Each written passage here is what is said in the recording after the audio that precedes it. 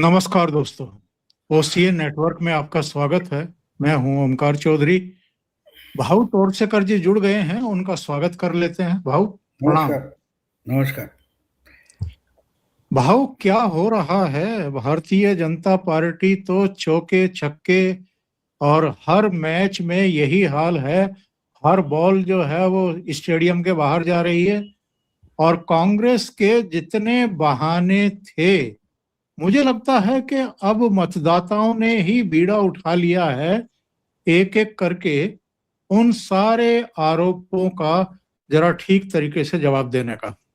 गोवा में जिस तरह के रिजल्ट आए हैं, जिला पंचायत का चुनाव था, और उसमें ये देखना होता है कि जो लोकसभा क्षेत्र भारतीय जनता पार्टी के प्रभाव वाला है, वहां का रिजल्ट कैसा, और जहां आमतौर पर कांग्रेस जीतती आई है, जो क्रिश्चियन एरिया है, वहां का रिजल्ट कैसा।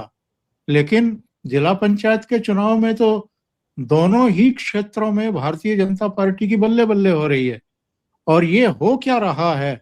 ये तो ईवीएम के सिर पर ठीकरा फोड़ते थे। यहाँ तो मतपत्रों से चुनाव हुआ है, उसमें भी बीजेपी जीत रही है। हाँ, बिल्कुल। इसीलिए तो इसका मैंने आपको बोला, इसके इम्पोर्टेंस ये है कि ये चुनाव बैलेट पेपर पर हुआ है। यानी ये जो ईवीएम वोट चोरी एसआईआर पर चिल्ला रहे थे, उसका जवाब वोटर ने दिया है। हाँ, ये तो हिम्मत है तो बैलेट पेपर लेके दिखाओ, बैलेट पेपर लेके दिखाओ, ये बोल रहे थे। ऐसे हर किसी को, ये सिर्फ गोवा की बात नहीं है, देश भर के, देश के कोने कोने में बैठे जो लोग बोल रहे हैं कि ईवीएम हैक किया जाता है। तो ईवीएम के रिजल्ट और इसमें क्या फर्क है? उल्टा बैलेट बैलेट से एक फर्क आपने जो शुरू में बताया, वो फर्क बड़ा सरीके से सामने आ जाता है। देखो, साउथ गोवा जो है, वो साउथ गोवा की सीट कांग्रेस ने जीती है लोकसभा की, लेकिन उसी साउथ गोवा डिस्ट्रिक्ट में बीजेपी ने जिला परिषद जीत ली है।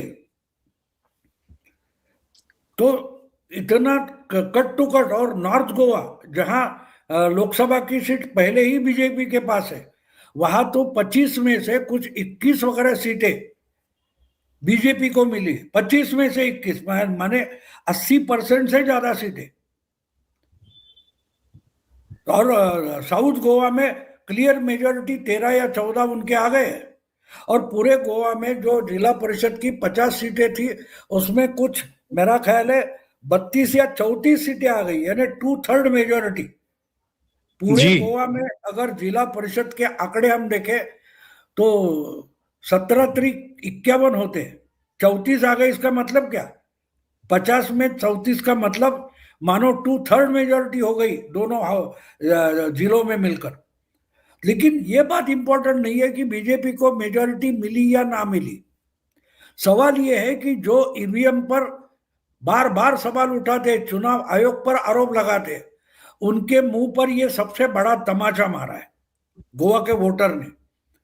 कि ईवीएम हो या कागज हो, जिस कहीं जो कोई परीक्षा लेनी है ले लो, हम बीजेपी के साथ है। वोटर दिखाना चाहता है कि हम बीजेपी के साथ है। और जो आपने बोला कि साउथ गोवा जो है, वहां बड़ी लोक संख्या क्रिश्चियन रिलीजन की है, लेकिन वो भी बीजेपी को बहुमत देकर सामने लाया। और इससे अगर हम जोड़े तो वही बात केरला में हुई। केरला में त्रिवेंद्रम में बीजेपी ने मेजोरिटी पाई पहली बार। 40 साल के बाद त्रिवेंद्रम कॉरपोरेशन में सीपीएम की सत्ता हट गई है। वहां बीजेपी को अपनी अपनी मेजोरिटी मिल गई। 101 में 50 सीटें बीजेपी जीत गई। तो कहने का मतलब यह है कि जो ये शंकासुर है, हर चीज पर शक लेते हैं, ऐसे जो शंकासुर है, उनका निर्दालन कर दिया गोवा के वोटर ने। और वो मेरे लिए इंपॉर्टेंट है। मेरे लिए क्या, बीजेपी के लिए इंपॉर्टेंट है। और अजीब बात देखो कि ईवीएम पर कोई भी कोई झूठा मूठा आरोप करे तो उसको बड़ी जो बड़ा चढ़ाकर जो पब्लिसिटी देते हैं, वो सब मीडिया गोवा पर आंखें उठाकर बात नहीं कर रहा है। बिल्कुल। बात देखो ना। और आपको याद होगा जब महाराष्ट्र के चुनाव पिछली बार विधानसभा में हुए थे, उसके बाद ये मामला उठा था। सोलापुर डिस्ट्रिक्ट में अकलूज तहसील है, मार्शिरस तहसील में जो एमएलए चुनकर आया वो पवार गुट का था, शरद पवार गुट का था। और उसने मार्कड़वाड़ी नाम का जो गांव है उस चुनाव क्षेत्र में, वहां उसने एक नाटक करने की कोशिश की थी कि ईवीएम तो फ्रॉड है, वो जीत कर आया।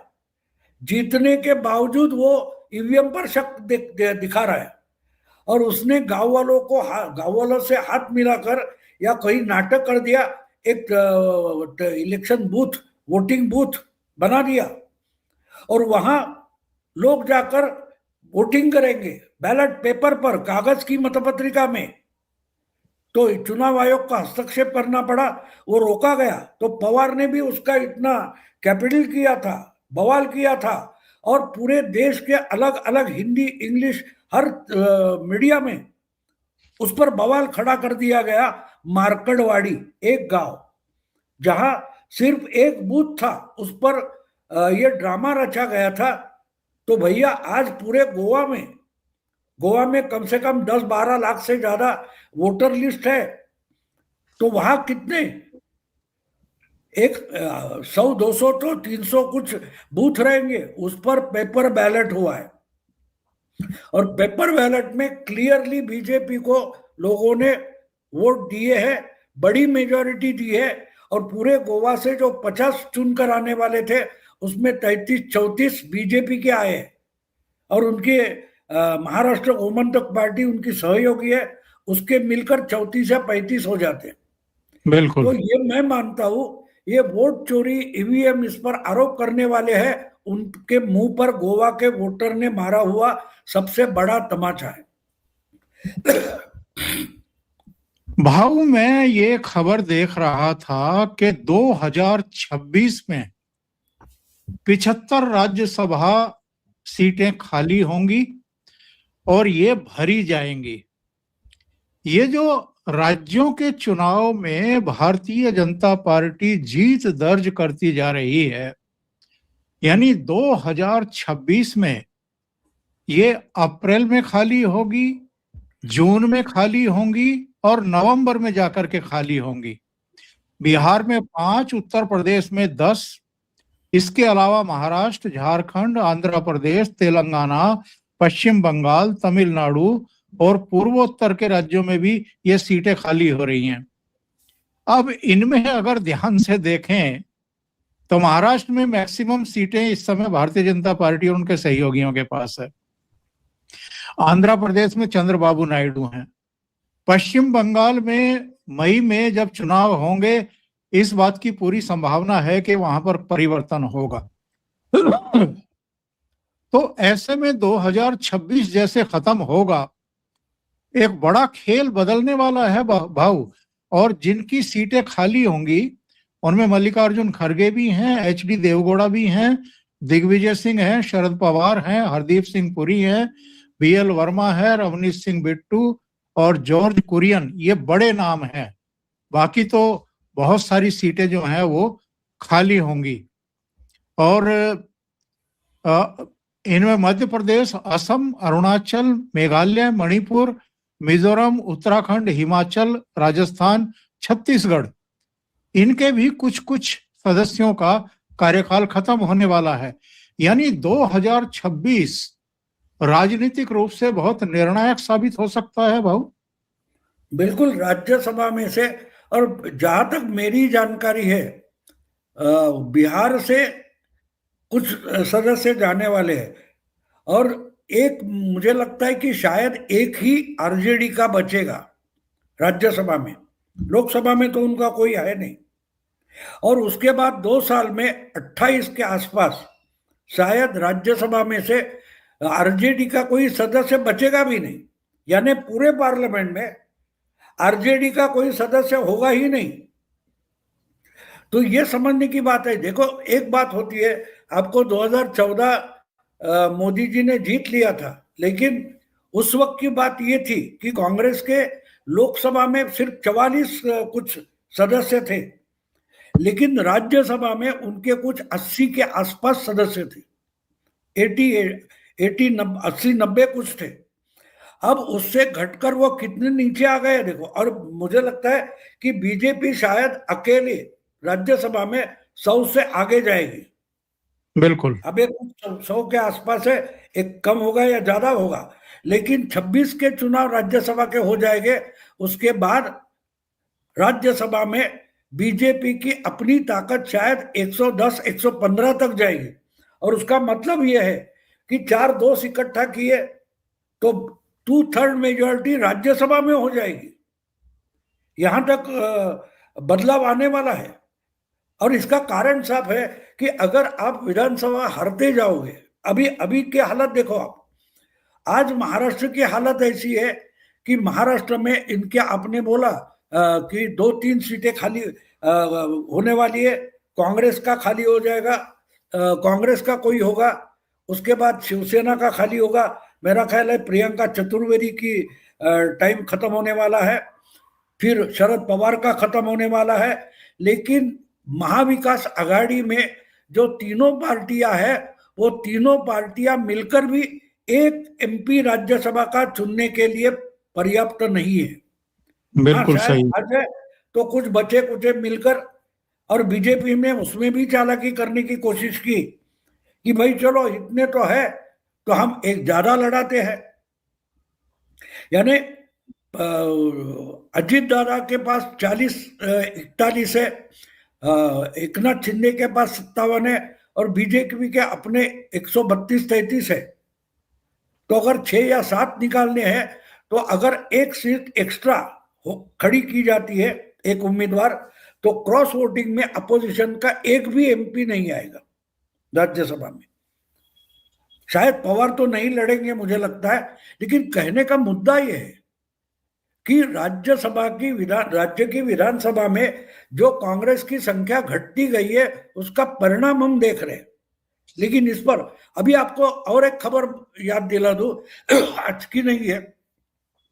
जब बिहार चुनाव के नतीजे आ गए तो 2 दिन बाद कांग्रेस की राहुल गांधी की कोर कमेटी की मीटिंग हुई थी, उसकी खबर थी जी। और उसमें चर्चा ये थी कि अब आने वाले राज्यसभा चुनाव में किस किस की लॉटरी लगने वाली है। अब पवन खेड़ा को भी जाना है, वो सीनेट को जाना है, इसलिए रोज रोज मोदी को गाली बकते रहते। तो बात पिछली ये बार है कि भैया आप तो राज्यसभा में जाने के लिए उतावले हो, लेकिन आपकी जो बकवास चलती है उस बकवास से विधानसभा में कांग्रेस हारती है, तो राज्यसभा में पहुंचोगे कैसे? अगर विधानसभा में पर्याप्त एमएलए की संख्या नहीं तो राज्यसभा नहीं जा सकते। आपको याद होगा पिछले साल ही मेरा ख्याल है, या 2 साल पहले की बात है, 2024 की बात है, आपको याद होगा सोनिया गांधी ने तय किया था कि रायबरेली से नहीं लड़ेगी।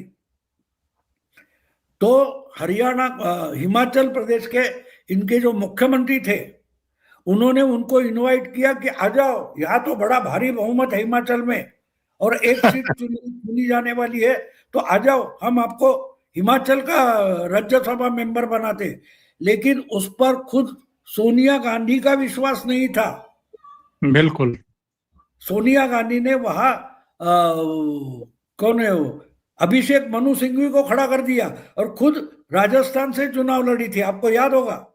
यस। और वहां हिमाचल से अभिषेक मनु सिंघवी कांग्रेस के कैंडिडेट होकर भी हार गए, उनका बहुमत होते हुए भी। तो आज कांग्रेस पार्टी की हालत अब देख सकते हो क्या है कि उनके पास बहुमत है नहीं है, उससे कोई, देखो एक हमारे मराठी में अच्छी कहावत है, कोणाचा पायपोस कोणाच्या पायात नहीं। यानी किसका जूता है, किसने पहना है, उसका पता नहीं। ये जो हालत होती है, ऐसी कांग्रेस पार्टी की आज की हालत है, किसी को पता नहीं है पार्टी में कौन क्या कर रहा है। अगर आपके पास कितने साधन है, इसका इंपॉर्टेंस नहीं है। इस साधन का आप किस प्रबंधन से इस्तेमाल करते हो। अब देखो, हम ताश के पत्ते खेलते हैं तो सब में समान पत्ते बांटे जाते हैं। आपके पास अच्छे पत्ते हो ना हो, लेकिन जो भी पत्ते आपके हाथ में आए हैं वो चतुराई से और धूर्तता से अब आप खेलेंगे तो आप बाजी मार सकते हो। यह हमेशा ध्यान में रखना चाहिए कि आपके पास साधन है ना है उससे कोई मतलब नहीं। अभी महाराष्ट्र में अभी अभी नगर पालिका नगर परिषद चुनाव हो गए, बुरी तरह से ये हार गई। अब पूरी की पूरी जो तैयारियां चल रही है वो 29 कॉरपोरेशन के लिए है, और उसमें उद्धव ठाकरे और राज ठाकरे मिलकर मुंबई कॉरपोरेशन जीतना चाहते हैं। और फिर से वो मराठी मराठी मराठी माणसा जागा वो पोस्टर वगैरह लगाए, लेकिन ये भूल गए कि 40 साल पहले पहली बार शिवसेना मुंबई में जीत गई थी, तो उसके पहले 5 महीने में इन्होंने बुरी तरह से लोकसभा हारी थी, विधानसभा बुरी तरह से हार गए थे उसी मुंबई में। लेकिन 5 महीने में जब कॉरपोरेशन का चुनाव हुआ, अकेली शिवसेना सत्ता में आ गई थी कॉरपोरेशन के, और वहां से कॉरपोरेशन इनके कब्जे में आ गया था। लेकिन वो चुनाव जब लड़े थे तब इनके पास साधन नहीं थे, और साधन नहीं थे का मतलब आज के मीडिया वालों को पता नहीं चलेगा। मैं आपको याद देता हूं, उस वक्त बाला साहब ने तय किया कि ठीक है, हमारे साथ कोई अलायंस नहीं कर रहा है, हमारे साथ कोई गठबंधन नहीं कर रहा, कोई बात नहीं, हम पूरा का पूरा चुनाव अकेले लड़ेंगे। और उन्होंने तय किया था जहां शिवसेना के कारपोरेटर है वो वहां से लड़ेंगे, और जहां शिवसेना का कारपोरेटर नहीं है उस वार्ड में शिवसेना का शाखा प्रमुख हमारा उम्मीदवार होगा। तो आपको जी जी। मजे की बात बोलता हूं, पांच जगह ऐसे शिवसेना के कैंडिडेट चुनकर आए थे कि जो शाखा प्रमुख भी नहीं थे। बहुत सारे शाखा प्रमुख ऐसे थे, वो बोलते थे यार लड़कर हारना है तो क्यों लड़ू। एक एक पिछली 3 टर्म में एमएलए था, नाम नहीं बोलूंगा, लेकिन वो तो गांव भाग गया था और उस वार्ड में अपना कैंडिडेट नहीं। तो जब उम्मीदवार पर्चा भरने का समय खत्म हो गया तो जब टैली करने के लिए बैठ गए तो देखते अरे इस वार्ड में दादर में हमारे इतना पक्का वार्ड है, वहां का कैंडिडेट नहीं है। तो किसी एक ने बोला कि भाई ये इंडिपेंडेंट है ना, ये हमारा पुराना शिव सैनिक है, तो उसको पकड़ कर लाए और उसको कैंडिडेट बना दिया, उसको ईवी फॉर्म दे दिया और वो चुनकर आया। और अगले 7 साल जो शाखा प्रमुख था वो सर पीटता बैठ गया। एक सांताक्रूज एयरपोर्ट के आसपास का वार्ड है, वहां एक मारुति खेड़ेकर नाम का था जो शाखा प्रमुख नहीं था, उप प्रमुख नहीं था, वो गट प्रमुख था।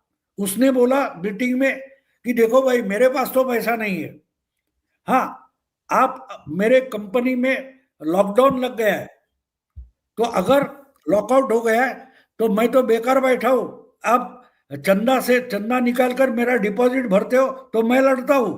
और वो लड़ गया, वो चुनकर आ गया। तो ये बात होती है। और ये मैंने आपको इसलिए याद दिलाया कि उस वक्त सुभाष देसाई जो है, अभी मिनिस्टर भी थे उद्धव के सरकार में, वो उस वक्त के बड़े तगड़े नेता थे। उन्होंने और वसंत तावड़े नाम के उनके साथी थे, उन्होंने मिलकर एक ही पोस्टर बनाया था और पूरे जहां जहां चुनाव लड़ रहे वहां बस वही पोस्टर लगा के जीत गए थे। किसी इंडिविजुअल कैंडिडेट का पोस्टर तक नहीं था, फिर भी जीत गए थे। तो कहने का मतलब ये है कि आप जब चुनाव लड़ते हो तो आपको संगठन की जरूरत होती है। राहुल गांधी हो या कांग्रेस हो, ये आजकल संगठन भूल गए और उद्धव भी भूल गया और इसलिए ये हार जाते हैं। तो अगर विधानसभा में नहीं पहुंचोगे तो राज्यसभा को जाने का रास्ता बंद हो जाता है। बिल्कुल बिल्कुल भाव, वैसे तो आपने बता दिया कि इनकी दुर्गति की वजह क्या है और इनकी लगातार हार की वजह क्या है। आज 2 स्टेटमेंट आए एक रॉबर्ट वाड्रा का, बड़बोले तो वो हैं ही, अकल भी जितनी है उतनी है। उन्होंने कहा कि डिमांड चल रही है कि मैं भी राजनीति में आऊं और वाह। प्रियंका वाड्रा जो है वो उनको आगे लाया जाए। दूसरा हम्म। बयान आया इमरान मसूद का, वो बोटी बोटी वाला जो है, वो जिसने हाँ। प्रधानमंत्री के बाद उन्होंने कहा कि प्रियंका गांधी को प्रधानमंत्री के रूप में प्रोजेक्ट किया जाना चाहिए। ये जो दो स्टेटमेंट आए हैं, ये क्या कहते हैं भाऊ? ये तो आजकल जब भी संसद में हम देखते हैं, इमरान मसूद प्रियंका वाड्रा के साथ साए की तरह चिपका रहता है बिल्कुल। इसका मतलब ये है कि परिवार में शुरू हो चुका है। 2-3 दिन पहले हम जयपुर डायलॉग में साथ थे। जी। उस वक्त मैंने एक हिंट के बारे में हिंट दी थी कि ये चाय की चुस्की लेना मोदी के साथ जाकर, जब भैया विदेश गया है तो ऐसे में बहुत सारी संभावनाएं खड़ी हो गई है। इसका एक हिंट मैंने जयपुर डायलॉग में आपके साथ बोलते हुए दिया था। हाँ, मैंने रॉबर्ट वाड्रा का नाम जानबूझकर नहीं लिया था, और आज भी मैं और एक नाम है जो नहीं लूंगा, जिस पर बाद में बात करेंगे। और एक बात है, देखो, अलग अलग जगहों से खबरें आती है ना, वो एक दूसरे से कनेक्ट करते जाते हैं, तो उसका सच्चा अर्थ जो होता है, मायने होता है, वो हमारे सामने आने लगता है। तो आपको 2-3 दिन पहले जब मैंने बोला था, उसका मतलब अभी समझ में आएगा। अब वाड्रा एक एक आगे आता जाता है। मैंने बोला था ना कि राहुल गांधी के कारण बहुत सारे कांग्रेस वाले परेशान हो चुके कि लगातार कितने हारेंगे, हमको भी चुनाव जीतना है, हमको एमएलए बनना है, हमको पार्षद बनना है, हमको मिनिस्टर बनना है, हमको चीफ मिनिस्टर बनना है। तो तुम्हारी बचकानी हरकतें कितना बोझ उठाएंगे अब, तो लीडर बन लो। और मैंने कहा था उस वक्त भी, शायद कहा था कि अगर एकनाथ शिंदे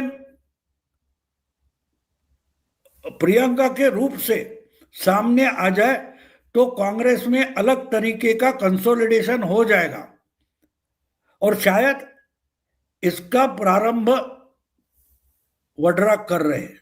अब आपने वड्रा और मसूद दो नाम तो साथ लिए, मतलब साफ है कि राहुल गांधी को हटाओ और प्रियंका को पार्टी की कमान दे दो। इसके लिए कुछ हलचल शुरू हो गई है।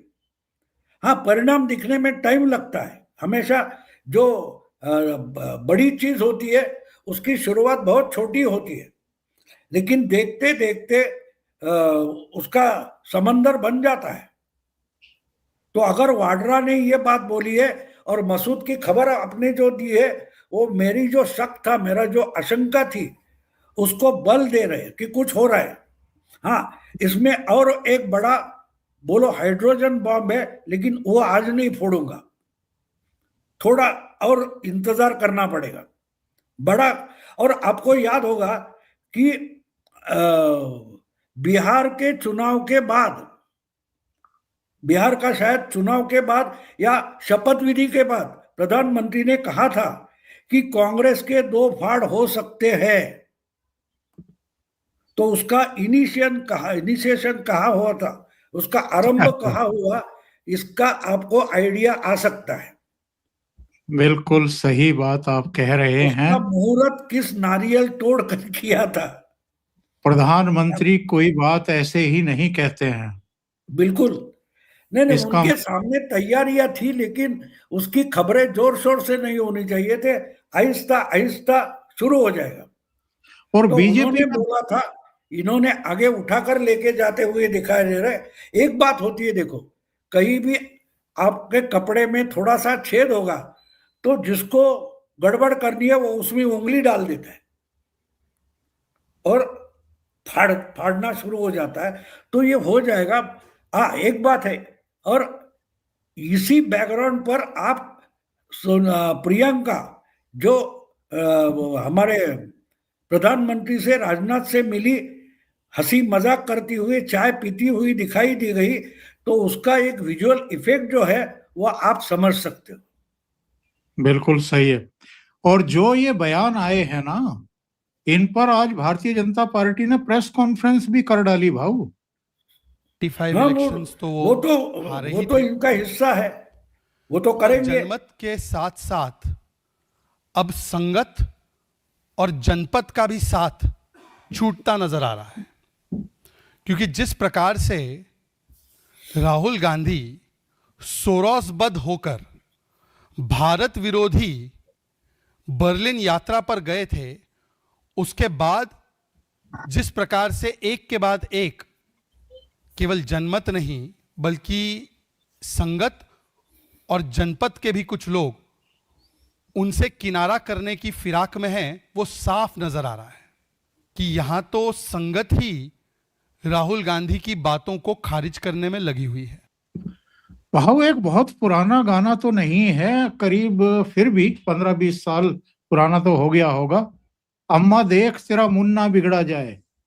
तो क्या ये मुंडा मान बिगड़ा लिया जाए, है? हाँ, तेरा मुन्ना बिगड़ा जाए, मुंडा बिगड़ा जाए, ऐसा है। मुंडा। तो, तो क्या मान लिया जाए कि अम्मा भी अब नाराज हो चली है और उसको लगता है कि अब ये हाथ में नहीं रह गया है, इम्पोर्टेंट शीतकालीन सत्र चल रहा है और ये विदेश निकल लिया?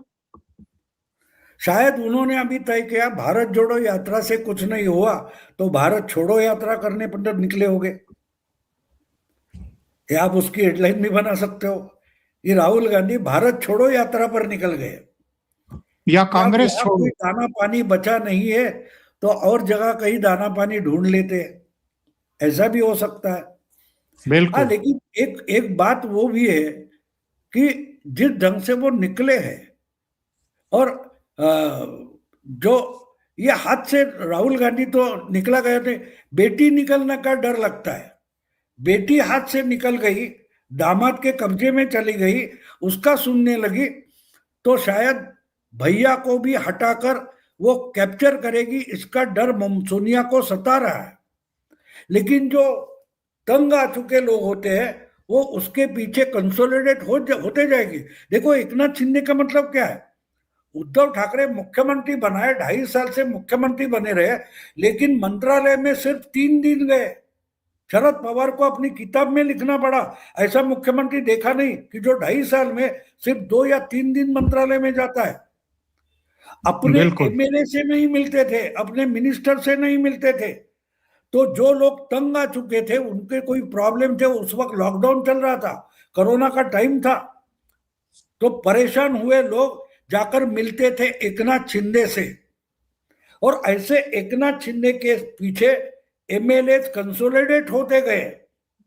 गलती थी उद्धव की, कंसोलिडेशन हुआ इसके लिए, और बीजेपी ने उनको ताकत दे दी। तो अगर प्रियंका वाड्रा एकनाथ शिंदे होने जा रही है तो उसको भागने की जरूरत नहीं है, ना गुवाहाटी जाने की जरूरत है, ना सूरत जाने की जरूरत है। मुझे लगता है कि ये होने चला है, होता जा रहा है, और बहुत जल्दी जब प्रधानमंत्री ने उसका अंदेशा दिया है कि कांग्रेस में 2 फाड़ हो सकते हैं, तो आज नहीं बोल रहे, लेकिन इनके पीछे अगर थरूर जैसा, मनीष तिवारी जैसे तगड़े लोग आकर खड़े हो जाए तो कांग्रेस गांधी परिवार के पास रहेगी, परिवार के साथ रहेगी, ब्रांड उसके पास रहेगा। तो राहुल गांधी और सोनिया गांधी, और एक बात समझ लो, ऐसे 2 लोगों को पहले ही किनारे लगा दिया गया है। एक का नाम है वरुण गांधी और दूसरे का नाम है मनेका गांधी। सही है। उनको अरेस्ट नहीं किया, उन पर केसेस नहीं डाले, लेकिन मामला खत्म, कोई याद तक नहीं करता। तो अगर किनारे किए गए तो राहुल गांधी और सोनिया गांधी और 2 साल 3 साल बाद किसी को याद तक नहीं आएंगे। और एक वैसे बात भी है, इसमें दोनों और पर एक ताकत वाली हाइड्रोजन बम की बात है, वो फिर कभी 2-3 दिन बाद करेंगे, आज नहीं। थोड़े उसके सबूत हाथ में आने दो, कुछ सिग्नल्स आने दो, मैं सिग्नल्स का इंतजार कर रहा हूं। कुछ तैयारियां हो रही है, इसके सिग्नल्स आ रहे हैं। हाँ, वो सारे सिग्नल देखो, वोडाफोन का फोन नंबर आपके पास नहीं है, आपके पास जियो का फोन है, तो वोडाफोन से घुमाया गया जो सिग्नल है वो आपके पास नहीं पहुंचता, तो वो सिग्नल पहुंचने में देर होती है। कुछ सिग्नल्स मिले, कुछ सिग्नल का मैं इंतजार कर रहा हूं, लेकिन मुझे विश्वास है कि बहुत जल्दी कांग्रेस में दो फाड़ होने जा रहे हैं। क्योंकि एक के बाद एक कांग्रेस मुंह की खा रही है राहुल गांधी के नेतृत्व में, और राहुल गांधी सबक लेने को तैयार नहीं, सुधरने को तैयार नहीं। उनकी चाल ढाल, उनकी वाणी, उनकी एरोगेंस, उनकी बॉडी लैंग्वेज, उसमें रत्ती भर कोई फर्क नहीं। उनकी बदजुबानी वैसी की वैसी जारी है, यानी वो समझने को तैयार नहीं है। ऐसा लगता है कि परिवार के भीतर से अब लोग समझ चुके हैं कि राहुल गांधी ऐसा बैल है जो कभी दूध नहीं दे। भाऊ, बहुत बहुत धन्यवाद आपका जुड़ने के लिए, बहुत महत्वपूर्ण मुद्दे पर चर्चा करने के लिए और इतना समय निकालने के लिए। और दर्शकों से निवेदन है कि अगर ये चर्चा आपको पसंद आई है तो लाइक का बटन जरूर दबा दिया करें, इस वीडियो को शेयर किया करें, और अगर अभी तक ये चैनल आपने सब्सक्राइब नहीं किया है तो जरूर कर लें। साथ में लगे बेल आइकॉन को दबा दें ताकि आगे आने वाले वीडियो और उनके नोटिफिकेशन आप तक मिलते रहें। भाऊ के 2 चैनल हैं, मराठी में प्रतिपक्ष, हिंदी में प्रतिवाद। दोनों चैनलों को सहयोग करें और सब्सक्राइब करें। बहुत बहुत धन्यवाद भाऊ।